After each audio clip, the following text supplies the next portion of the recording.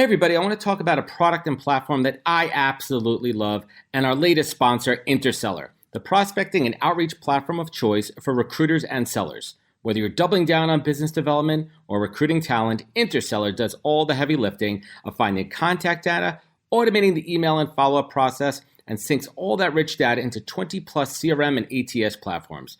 Reach out now and get going on a 2-week free trial and let them know you heard about it from Adam on the podcast today. Check out the link on the website. Appreciate it. Welcome to the podcast, where we introduce you to incredible humans who share their journeys with the mission to inspire you to harness your own inner tenacity to drive your life and career forward. And now, your host, Adam Posner.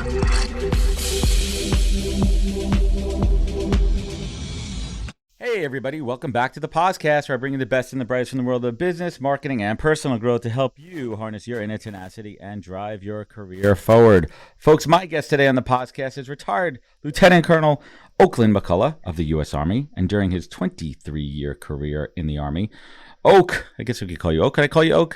Absolutely. That's what all my friends call me. Oak held numerous leadership positions in the infantry and armor branches. He also assisted in disaster relief operations for Hurricane Hugo in Charleston, South Carolina, Hurricane Andrew in South Florida, and hopefully not the hurricane that is impeding down on Florida today and tomorrow. And Oak is the author of Your Leadership Legacy, Becoming the Leader You Were Meant to Be, where he breaks down years of professional experience in leadership. He's also a regular speaker on the subject of leadership and believes it's the responsibility of today's leaders to pass down the torch of positive leadership for a better tomorrow. A wealth of wisdom on the topic of leading people is definitely something the world needs a whole lot more of right now. So let's get to it. Lieutenant Oak McCulloch, welcome to the podcast. Thanks, Adam. Appreciate you having me on the show. Well, awesome. And first and foremost, I truly I love having vets on the show. We celebrate them. We bring light to their causes, their charities, and really just shining a light on everything you do. And thank you so much for your years and decades of service. Well, thank you very much. Appreciate that. Well, awesome. So, and you're welcome. And I wanted to open up with a distinction I heard you make in an interview. You were talking about servant leadership versus authoritarian leadership in the military. For my listeners who aren't experts, I'd love if you could break down the difference between the two, because it's something we hear a lot about. Yeah, so everybody thinks that in the military, everybody's an authoritarian leader, that they tell you, you're going to do what I tell you to do when I tell you to do it, and that's it. And that's not the case.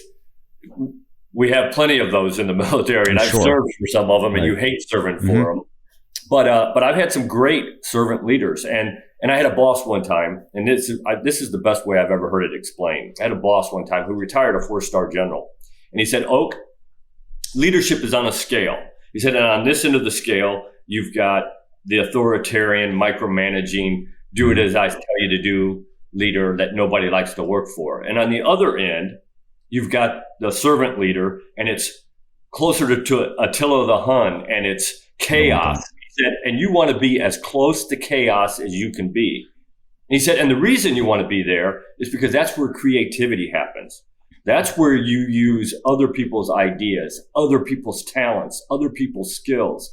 He said, and the way you get there is that you train the people that you have working for you, so you trust them, and then you give them the resources, time, people, money, whatever they need, and then you give them the authority to get whatever it is you're asking them to do done. He said, you can't ever give away responsibility. That's yours. Your name is always on the blame line, but you can give away as much authority as you want, and that's how you get to that chaos or really close to it. And that's where people will surprise you with what they do for you.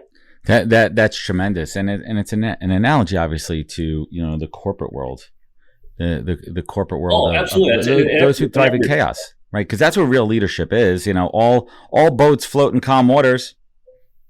Right? It's right. When those waves get going, that's when the real captains shine there. But let's hit the rewind button for a moment. And whenever I talk to folks in the military, I love to hear about their journey. Some folks are just lineage, family, military. Some folks have gotten into trouble in their youth, and they found that military was a discipline that they needed. I'd love if you could kind of fill us in. I mean, and from my understanding, you didn't always, when you were younger, that wasn't the path. And correct me if I'm wrong there. What was your path into the military?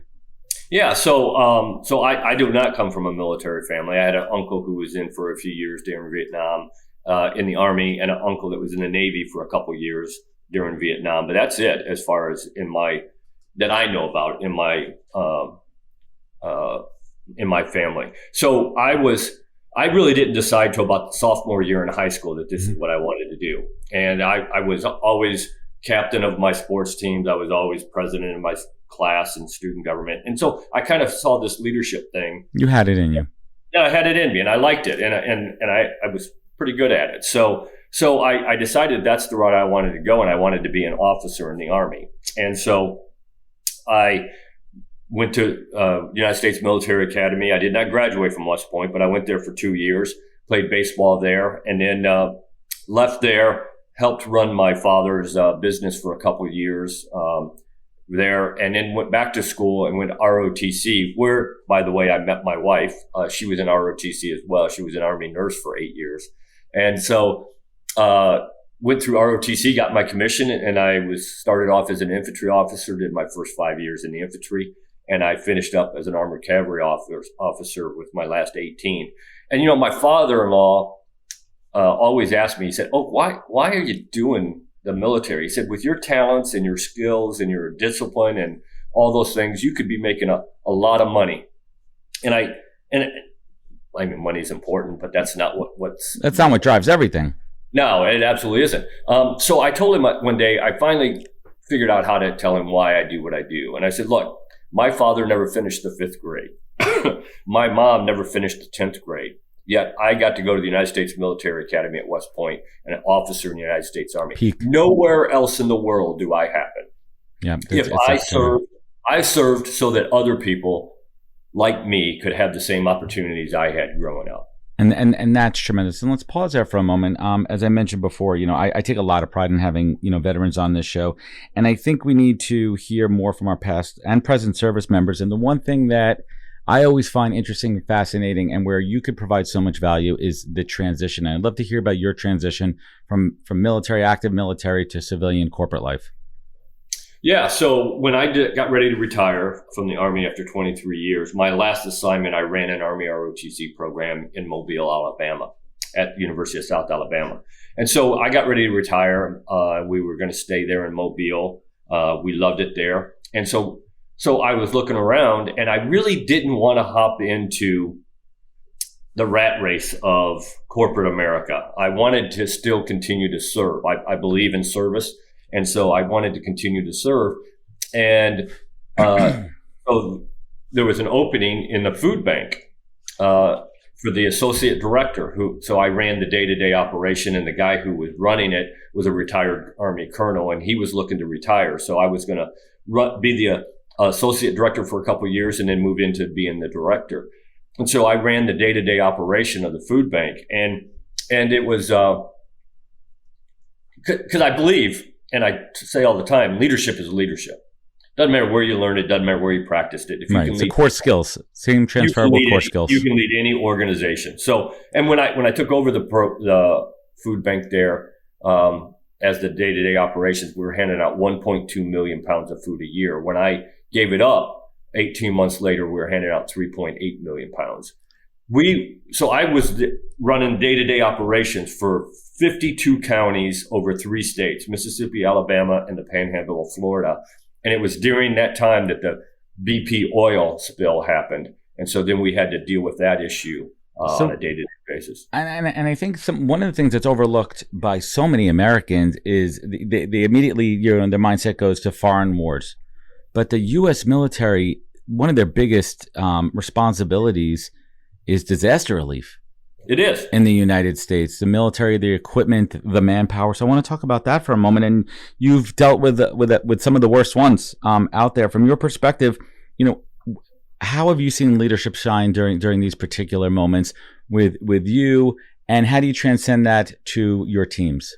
Yeah, so it's funny. I'll tell a funny story. I was a senior first lieutenant when Hugo hit Charleston. And I was at Fort Stewart, Georgia, so just not too far, 2.5, 3 hours from Charleston. So our unit got activated. I was a platoon leader. I had an infantry platoon leader. I had a bunch of infantrymen, 32 of them in my platoon. And we get sent to Charleston. And, I grew up in northern Illinois, so I know what tornadoes are. I know those. You've seen disaster. I had no idea what a hurricane did. when we were driving in there, I was like, holy cow. I mean, trees snapped off like toothpicks. I mean, it was just unbelievable. And Charleston was just devastated.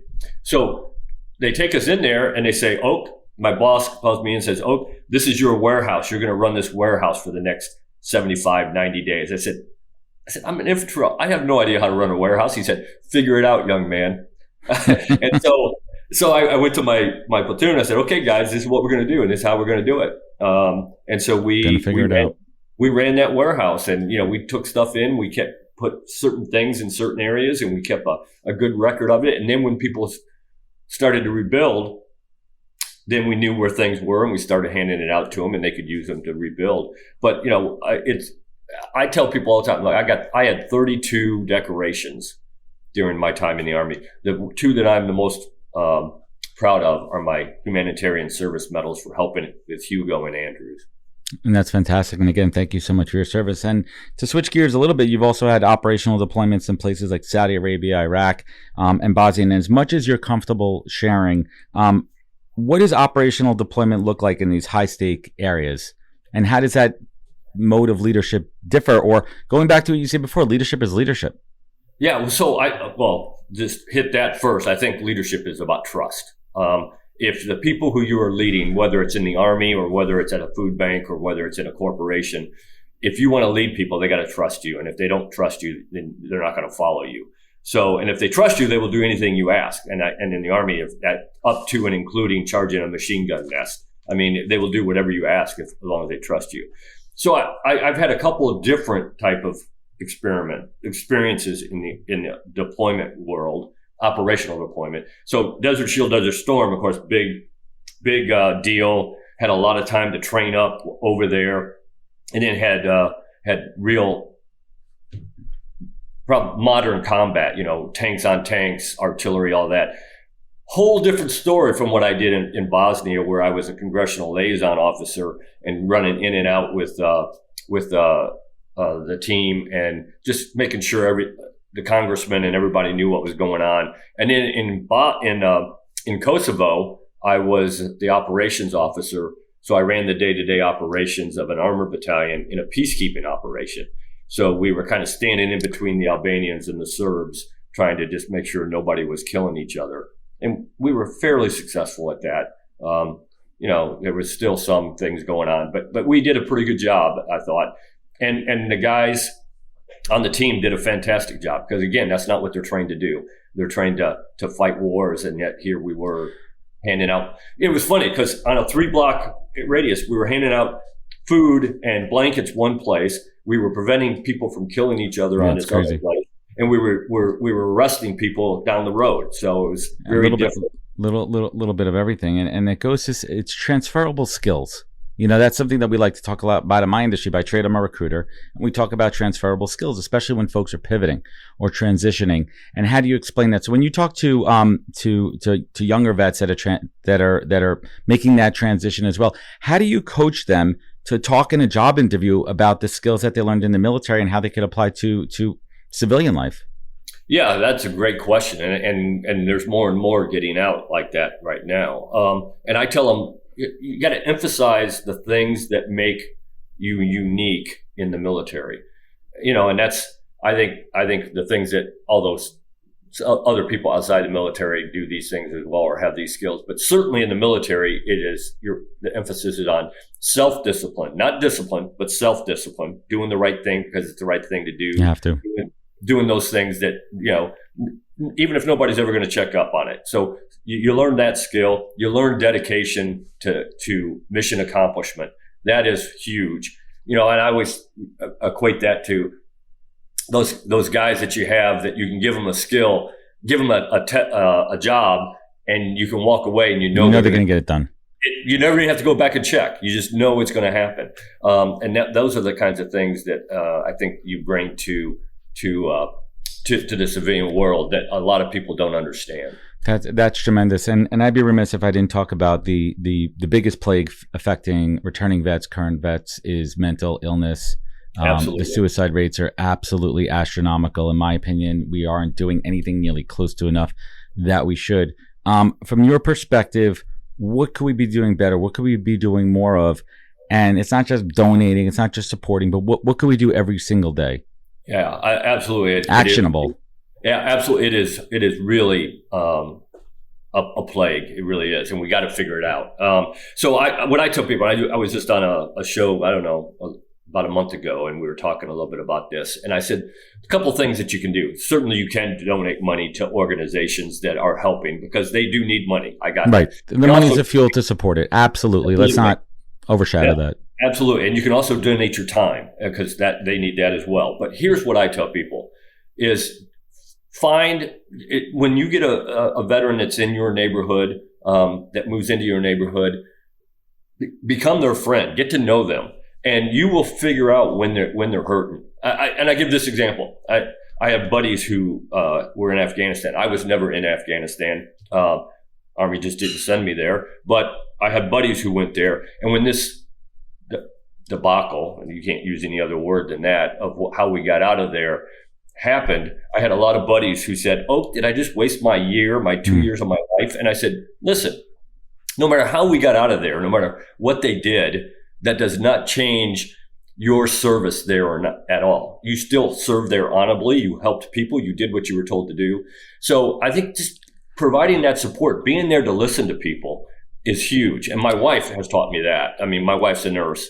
And, when we go places, she said, well, we want to leave about 5 minutes early or 10 minutes early, because we might see somebody down in the parking garage that wants to talk. And we need to listen if they want to talk. And that's huge. And it really has changed the way I look at things. And I think that's so important. Hey, everybody. First, I'd like to thank you all for spending time with me and my guest on the podcast. This show is my canvas to showcase amazing people from the world of recruiting, entrepreneurship, and leadership, and unpack their career journeys for everyone to learn from. But this show is also a business generator for me, as well as creating thought leadership and endless amazing content. And I've taken what I've learned in the past 3 years and over 200 recorded and 100 live shows and distilled it down into a digital playbook that I call the Pause Course. Now you could learn how I build, manage, and produce the podcast and use it to drive real business development and relationships. Today, I'm sharing all of my secrets behind the podcast, and you can get it all at thepausecourse.com. This course is for anyone, whether you're starting out or an advanced podcaster using it for B2B and B2C. It's filled with all of my insights, learnings, tips, tricks, and templates. So get it now at thepausecourse.com and learn all my secrets. Thanks. You said something that kind of piqued my ears a little bit. Is it worthiness? Is that one of the core pieces that are eating up vets, where they go in and listen, some of them have to do things that they shouldn't have to do, and that's the part of war. And then politics happens, and we have to withdraw from Afghanistan, and it's a complete disaster. Is it that worthiness of like, why did I have to do this? Why did I have to take that action? And that just weighs even heavier on them when they don't see the end results in a positive light. I think at the end of the day, we're humans, right? Like, how do we process grief? How do we process guilt? No matter how much training, no matter how much goes into the mindset of the military, nothing could prepare you for that. No, it can't. And this is what I tell people all the time. I said, look, we spend a lot of time, a lot of money, and a lot of effort to train these young men and women to do what we ask them to do. And we do ask them to do some horrible things sometimes. That's the nature of the beast. Sorry. But we do almost nothing when they come back to train them to go back out into the civilian world. We do very little. We're starting to figure it out, but we're still not doing nearly enough to help them get back into the civilian life. Yeah, and I certainly appreciate that perspective. So let's switch gears a little bit, and I want to talk about your book, Your Leadership Legacy, Becoming the Leader You Were Meant to Be. We'll link it up later. We'll link it up on the show notes. Everyone can check it out. The first question I ask anyone who's written a book, what was the process like of writing the book, and what did that teach you about yourself? Yeah, that's a good question. And here's what I tell people. So I've always wanted to write the book, and I knew I eventually would. But what really was the emphasis to write it, I was at a motivational speaker who came to our Catholic church, and he was kind of talking about motivation, but we were also discussing how to rejuvenate the Catholic Church with youth today. And it was about a 3-hour presentation. Now, he wasn't talking the entire time. There was music and other different things. But every time there was a break, I'd walk up and I'd talk to him, because I kind of wanted to get out on the motivational speaking as well. And then eventually he said, so do you have a book?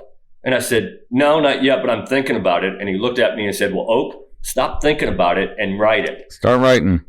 And so that was the 15th of February, 2020. And I went home that night and I wrote out the table of contents. The next day I started writing. So the 16th of February. Framework is everything. 2020. And on the 12th of February, 2021, I published the book. So got to it. So, there were days when I had days off my day job that I thought, okay, I'm going to sit down, I'm going to write a chapter or a book. And I'd sit down there and it was like, yeah, nothing's coming. You couldn't get the wheels moving. Then there was other days when I would come home from work and I was worn out, but something came in my mind. And so I would stay up for 2, 3, 4 hours and I would write. The other thing that I tell people who are starting to write a book, because this happened to me several times before I finally figured it out, not the smartest guy in the world. I would be laying awake at night in bed and I'd think something would go in my mind about, I want to put that in the book. And I thought, well, I'll write about that tomorrow. And I'd go back to sleep. And the next morning, guess what? It was gone. I couldn't think of what I was thinking about. So what I did was I finally figured it out. And so what I did, I put a folder on my computer, and in that folder was each chapter. And in each chapter folder was a blank Word document. And so at 2:00 in the morning, when something popped into my mind, I just ran into my office, pulled that, there you go, wrote down a sentence or two, and then I went back to bed. And that was enough to at least jog my memory of what it was I wanted to talk about. And that really helped me out a lot. It really did.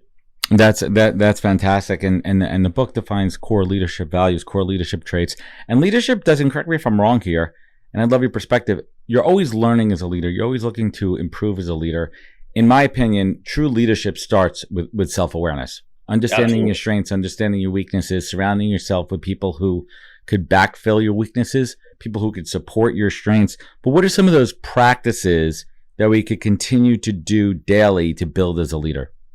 Yeah, so my book and my presentation is not about theory. There is no theory in my book whatsoever or my presentation. It's all about everyday things that everyday leaders can do to improve their leadership skills and their abilities. So one of the key things and I do believe leadership is leadership. So this book is not about military leadership. This book is about leadership day in and day out.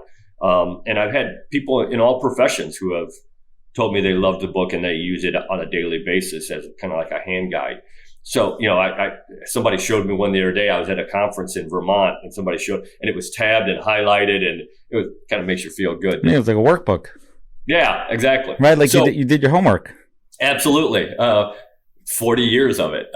So the things that really in my book, a couple of things that are I think critical is, number one, you hit it. You got to continue to learn. And I tell people never, ever, ever turn down a chance to read about leadership.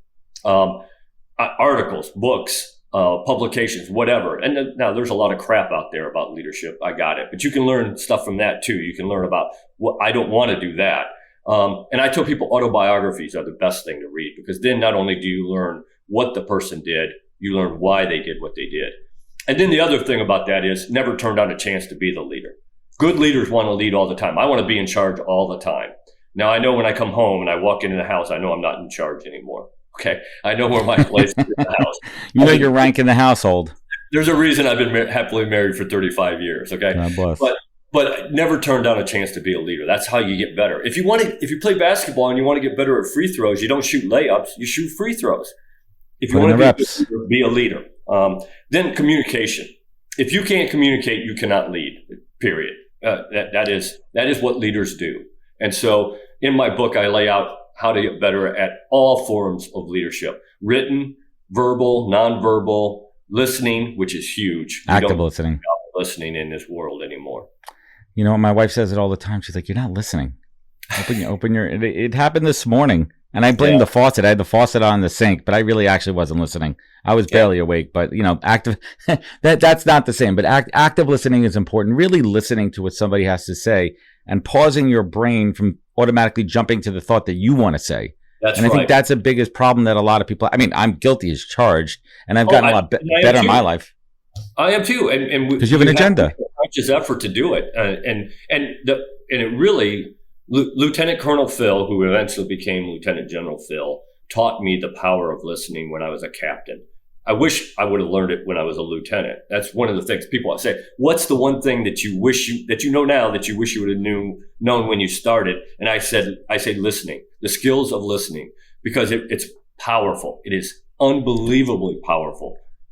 How do you improve as a listener? What are some of the practice? Let's talk actionable. How do you improve as a listener? Yeah, so you have to make a conscious decision. So one of the things that I do that again, Lieutenant Colonel Phil taught me was, when you pass somebody and you say, "How you doing today?" Don't let them just walk by and say, "Fine," and just keep walking. Stop them, look them in the eye and say, "No, how are you doing?" And actually listen to it. And then I'll tell you the story. I used to walk by him in the hallway in the office building, and he'd say, first time he said, "Oak, how you doing?" I started to walk by and he said, no, come here. "How you doing?" And I told him, and he said, "How's Kelly doing? My wife, how's she doing? Didn't the kids have a soccer game this weekend? How'd they do?" And so he'd do that 2 or 3 times, every once a week he'd do that. And not once, he was a busy man, not once did I see him look at his watch like he had somewhere else to be. And I thought I was special until one day I stuck my head out the door, and guess what? He's doing that to another captain down the hall. Mm-hmm. So it shows the power of what it is. I mean, the other thing that, so always engage people and let them talk. Don't even worry about what you got to say. Just let them talk. And I had another boss who was a retired lieutenant general who said, "Oak, never, ever, ever turn down a chance to go get your own cup of coffee." He said, "Okay, how high a rank you get in your organization, whatever, never turn down a chance to get your own cup of coffee." There's 2 things happen when you do that. You show that you're human, that you can get up and get your own cup of coffee. Somebody doesn't have to wait on you. He said, and second of all, on your way to the coffee pot, you get to stop and talk to people along the way and listen to them and let them tell you what's going on. Amen. And he said, and if you're lucky, you got 2 or 3 different ways to get there so that you can go different ways. Mix it up. And then the other thing that I tell people is, I tell young men and women is, every day, go out and find one person in your organization and find out something new about them. Not about work, personal. Find out their spouse's name, their kids' names. What sports do their kids play? What hobbies do they have? Every day, find one person in your organization and find out one new thing. And the way you do that is by listening to them. That is fantastic advice. And I was looking through your website and I saw a list of potential speaking topics for events, and one stood out to me, and it was, quote, "Possible causes for future wars." And that one stood out. The question that came to mind regarding that point, what do we need from global leaders today that are the ultimate decision makers on whether or not conflict like that begins? Yeah, so I think, we've never had peace in the world. I don't think that we ever will. But we have to make an effort to make sure that ensure the imminent destruction of the entire universe, right? Absolutely. So we got to make efforts, and I think it all comes down to, again, a huge part of it is communication, because if you look through history, so many of our conflicts have started because people didn't understand what was happening or what somebody's point of view was, and it was just a misunderstanding. There was times when nobody wanted a war, but nobody could prevent it because nobody was talking. Nobody was understanding what the other people wanted and needed. And it could have been given. It could have been happened. Both sides could give a little bit, and we probably could have avoided it, but nobody was talking. Yeah, it's sad but true. So let's bring it home here, Oak. Who is the most admirable leader that you've witnessed, either personally or in the ethos in the media? Yeah, absolutely. The most amazing person I ever met in person, and leader I met in person, was Colin Powell, General Colin Powell. Absolutely amazing. I've heard stories about him. So here's the story, if you want to hear the story. Absolutely, share. That's what we're here for. During the first Gulf War, he was going to address all the generals. So I was a general's aide. So all the generals are in this big circus tent. They got there early, and there's 1-star to 4-star generals in this tent. And they're all talking very loud. All the aides are up against the back of the tent. We don't sit down. We don't get a chair. We don't get a chair. And they're all, it's so noisy in there. Everybody's talking, all these little sidebars. General Powell walks in, could hear a pin drop. Everybody knew who was in charge, and it wasn't them. It was him. And so he gave this amazing talk to the generals. That's not the amazing thing. You would expect that, right? All the aides, we ran out after the talk was done to get the vehicles ready and everything to get the generals out of there. I was standing there by my general's Humvee, and I watched General Powell walk out, and he didn't walk to his Humvee. He walked over. There was a specialist and a sergeant, 2 enlisted soldiers standing next to a Humvee. He walked over there and he talked to them for 15 minutes. Now, he didn't have to. And, that was 1990. I remember that like it was yesterday. Can you imagine that specialist and that sergeant? They'll never forget that the rest of their life. They tell that story every day of their life, I bet you. It's so interesting, too, because I've asked this question to folks from different walks of life, different industries, and it's always a similar type of story where it's you treat, it's so cliche, and I actually hate this cliche. It's like you treat the same respect to janitor as you do the CEO, right? Like it's a little bit dated. It's a dated analogy, but you get it. But what you're doing is you're leaving a lasting impression on somebody. And the same thing goes with remembering somebody's names. I've seen organizations, 500-person organizations, where the CEO knows almost, I'm quoting there for anyone listening, almost everybody's name. Yep. Or they know something about them. And it's just, it makes people feel included. It makes people feel like that someone cares about them. And I think that's really what stands out there. So let's bring it home here, Oak. This show for me is my masterclass. I've had 240 guests from every different background, perspective. That's amazing, by the way. Thank you. I certainly appreciate that. And for me, it's learning. I'm always learning. And I'd love to ask this question. What is the single greatest piece of advice that you've ever received that you take action on every day? It could be a mantra, something you wake up, an affirmation, something the first thing you say in the morning, last thing before you close your eyes at night. Yeah, so I would say there's 2 things. It's about people. I had a boss that, look, no matter what you're doing, certainly leadership, but everything is about people. So treat the people right. And Richard Branson, whether you like him or not, Richard Branson came up with a great quote. He said, train the people so they can leave, treat them so they don't want to. I mean, that's what it's all about. And if you get to know people, because it's about trust, people and trust, if you can build the trust with people, you got them and they'll stay forever. But the piece of advice that I was told one time that I adhere to all the time is lead from walking around. Do not lead from behind your desk. Nobody's going to lead you when you're sending emails. What they want is for you to be down there where they're doing whatever's happening. And that's always been my philosophy. Wherever my people are, wherever the key thing going on is, that's where I'm going to be.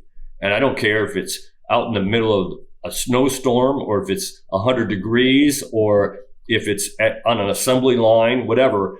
And so what I do is I walk around and I say, Adam, I go where you're working. I say, Adam, why do you do what you do?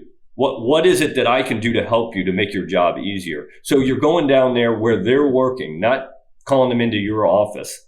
You're going down there to ask them questions. And again, that all starts to build that trust. And it's all about trust. It is.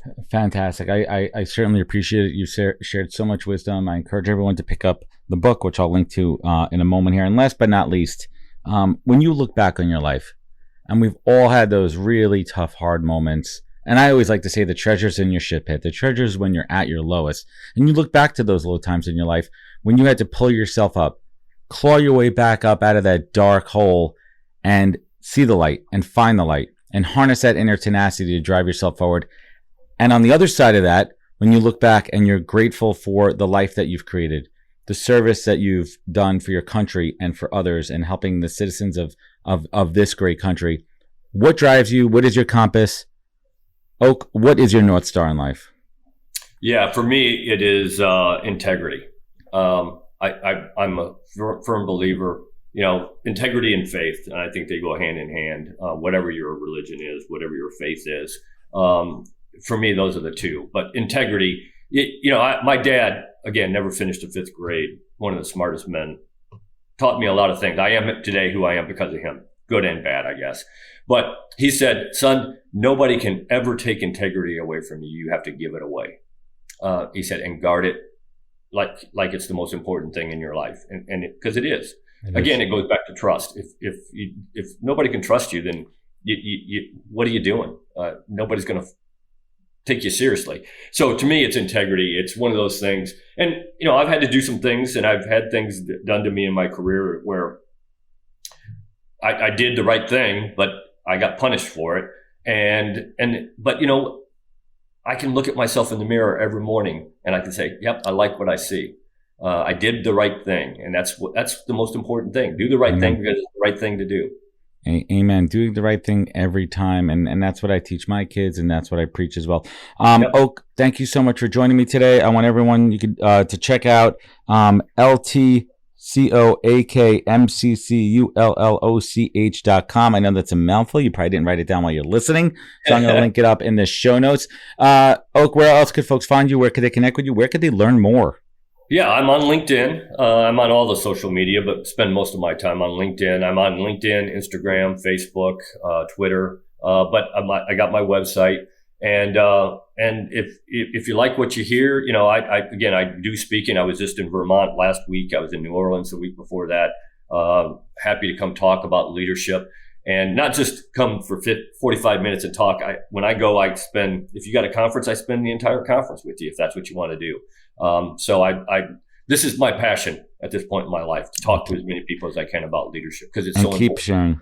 Keep sharing your abundant wealth of knowledge. Oak, thank you so much for joining me. And everyone listening today, I hope you got a ton of value out of this. Please check out his book. You know where to find out more. All the links on the social media at www.thepodcast.com for all current, past episodes and information. Follow us on other social media channels. Remember, take care of each other, look out for one another, and catch us next week for another great episode of the podcast. Take care, everybody. Wisdom is forever, but for us, it's time to go. Thank you for joining us. Luckily, we'll be back with our next episode soon, jam-packed with more incredible humans.